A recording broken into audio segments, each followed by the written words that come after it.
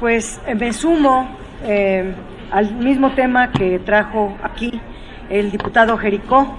Hay que llamarnos, en todo caso, a trabajar en conferencia en este importante tema, ya que lo planteamos tanto senadores como diputados. Y es el tema del siglo XXI, que será el cuidado del planeta y sus posibilidades de sobrevivencia y continuidad.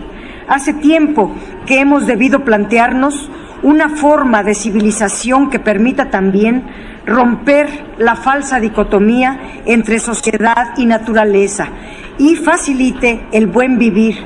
Una forma de desarrollo sustentable es la única forma de desarrollo posible, porque es la única cuyo fin no será la destrucción de los ecosistemas y la puesta en cuestión de la viabilidad de las formas de vida. Tal parece que no nos hemos encaminado todavía en esa dirección. Enfrentamos recurrentes crisis de contaminación del agua, del aire, del suelo y, en general, la pérdida de diversos hábitats. Las leyes y políticas públicas en la materia deben ser multidimensionales y considerar cada etapa de los ciclos productivos, desde el manejo de materias primas, las formas de su procesamiento y comercialización hasta el consumo. Cada uno de los eslabones reviste una importancia particular, pero todas ellas se anudan en el consumo. Desde el consumo pueden definirse muchas pautas de producción, dado que se trata de una de las actividades más vinculadas a la vida cotidiana. Nuestra forma de consumir ha contribuido cada vez más al seguimiento de senderos insostenibles de vida. Esto indica el incremento de residuos sólidos urbanos producidos por las casas, los comercios, las actividades públicas y privadas.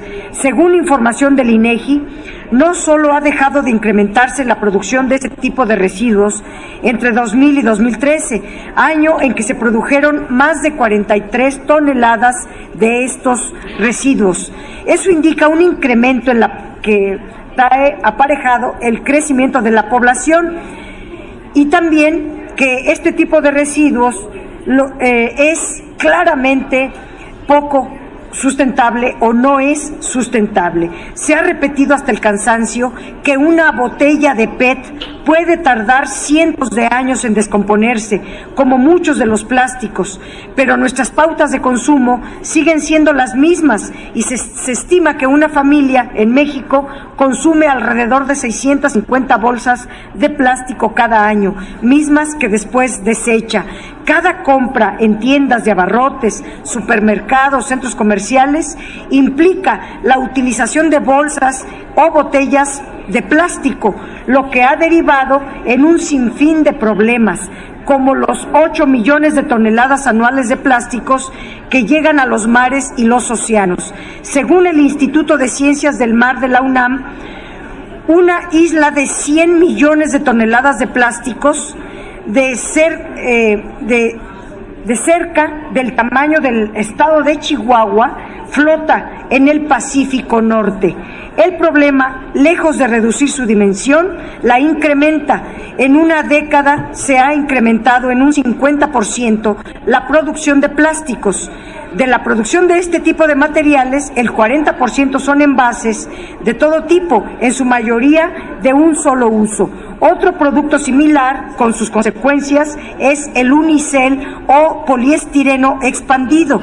Según datos de la Asociación Nacional de Industrias de Plástico y de la Industria Química, el consumo anual de este producto, del unicel, en México asciende a 125,000 toneladas, de las cuales 25% las destina a la industria alimenticia y más del 75% en la industria de la construcción y el embalaje.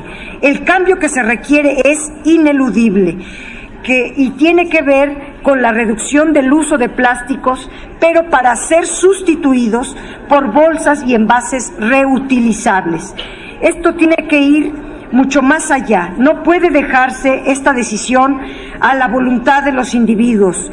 Además, que la producción de usos o del uso de materiales reutilizables con frecuencia es obstaculizado desde dinámicas productivas solo pendientes del lucro, y nadie está estorbando la ganancia de nadie. Se requiere que la ganancia de uso de plásticos simplemente sea sustituida por otro tipo de materiales.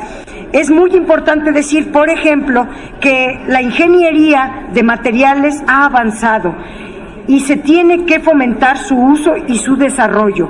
El doctor Alfredo Maciel desarrolla en la UNAM, por ejemplo,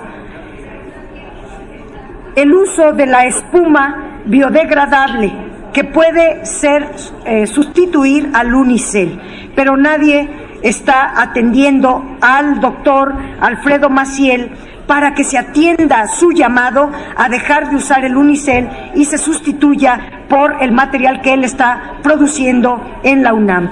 Esta es una transición que debe acicatearse.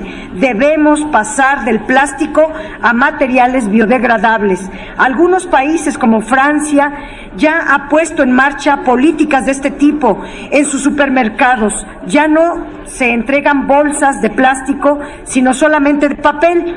En otros países las cobran y en otros tantos, como Marruecos, están prohibidas. Nosotros tenemos que caminar, perdón,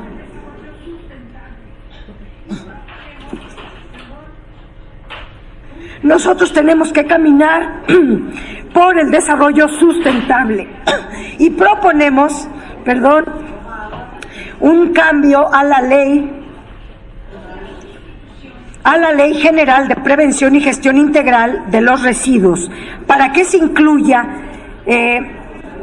la sustitución del uso de plásticos por materiales biodegradables, y todo esto se ajuste a una nueva reglamentación de este tipo de materiales. Es cuanto.